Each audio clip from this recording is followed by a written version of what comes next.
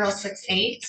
All right, we are on record today for a review in this manner. May I have the names of our participants, please? Lee Heiss, lawyer, guardian ad litem. Ms. Stasia Thomas, counsel for the department. Ms. Madrid. Francesca Madrid, foster care worker from Fostering Solutions. Michael Brooks, I represent the father. Aaron Deacons. Aaron Deacons, I'm the father. All right, let me just double check this. I think we've got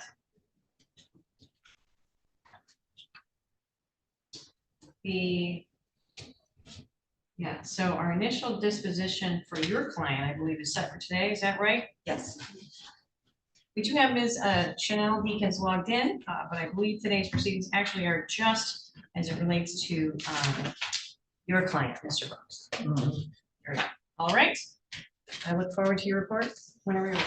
Thank you, Your Honor. I am the lawyer, guardian ad litem for the children. So in this case, I will be talking with the children and trying to indicate to the court whether they're being taken well care of and what their wishes are. And at this point, we have the father is we're to get an evaluation to see whether the children should see their father. When I talk to the children, they want to see their father. So we're going to really work on getting this to happen quickly so that father can get his contact with the children. Father had been incarcerated when we started the case.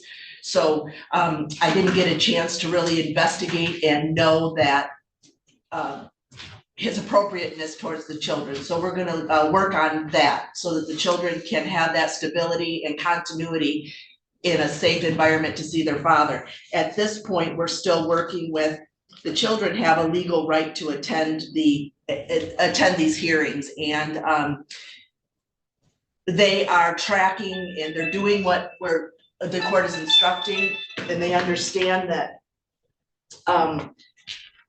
mother has a lot of visits right now, and they're really trying to communicate with me, with the court, that that's a big, something that needs adjustment, something that needs changing for their safety and security. So we're working a lot on that issue, but we are not forgetting that we need to get dad's visit started. So whatever that's going to look like, as soon as we can do that, we're eager to do that. The children's needs are being met in this placement. Father kind of grew up with the father in this placement family, and they really love these children, and they have children of their own that are the same age, and they really want the best for this family.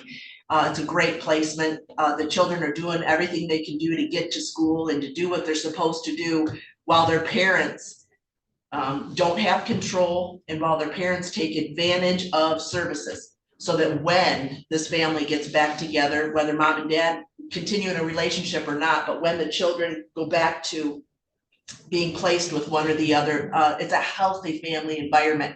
The children are making changes, and we'll look for the parents to make changes, both, so that we can have a healthy family when we're done with the process. So I recommend that we continue the placement, and the orders in the mother's case also had something to do with father, so that I think everything's accurately addressed, and I think we need a 90-day review. Thank you. Thank you. Mr. Brooks, I'm sure you received a copy of the order. I did. But it does, I just want to refresh for the record that mother expressed some concerns about your parenting time, sir, at the last hearing, which was just back on February 8th.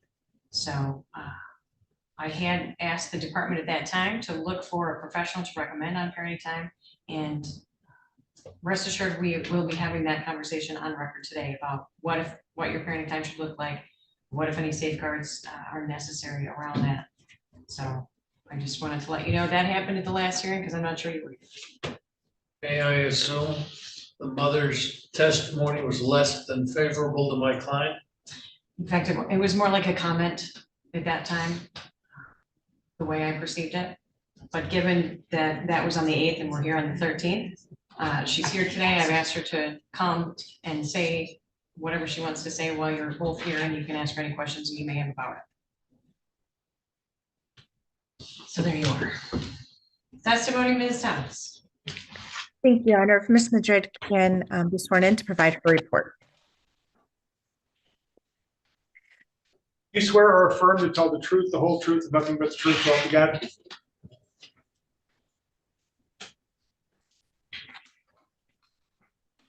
Are your full name for the record?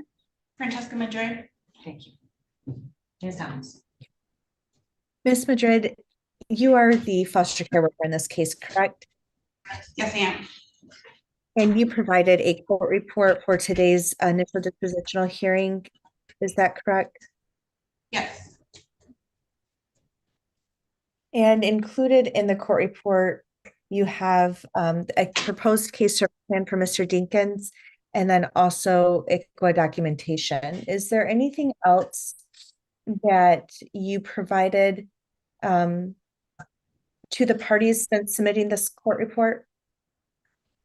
Yes, I did submit late the trauma assessment checklist this morning. Thank you for that. Are there any other updates or modifications that need to be made to the documents that you've provided? Not at this time. And as it relates to this, to Mr. Deakins, do you believe that the children would be at a substantial risk of harm if they were to be returned to his care and custody today? Yes, I do. And can you briefly elaborate what that risk of harm would be to them? Yes, they could be exposed to physical abuse, inappropriate discipline, domestic violence, and improper supervision. And the permanency goal for the children today remains reunification with either or both parents, correct? Yes. And what are the barriers to reunification with Mr. Deakins? At this time, Mr. Deakins will need to work on his emotional stability, as well as addressing domestic violence concerns. We've already discussed, he's going to be submitting voluntary drug screens, and securing safe and stable housing and employment. Wonderful.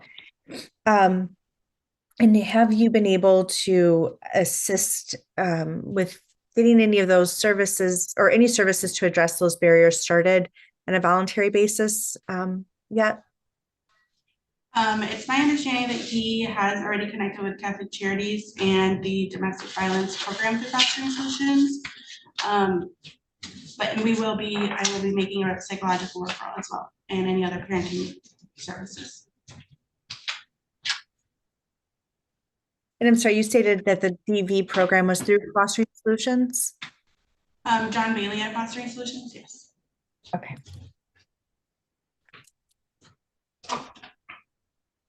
And the children remain in a relative placement. Do you believe that that's still the least restrictive environment to ensure Yes, I their do. safety? Yes. And there's been some discussion regarding Mr. Deacon's parenting time. What is the agency's position and what is the proposal for his parenting time? Yes, so prior to the hearing on the 8th, we were providing Mr. Deakins with one parenting time a week supervised at the agency. And we hadn't had any significant concerns or incidents during parenting time. Okay, I'm really sorry. I'm gonna have to take a brief recess.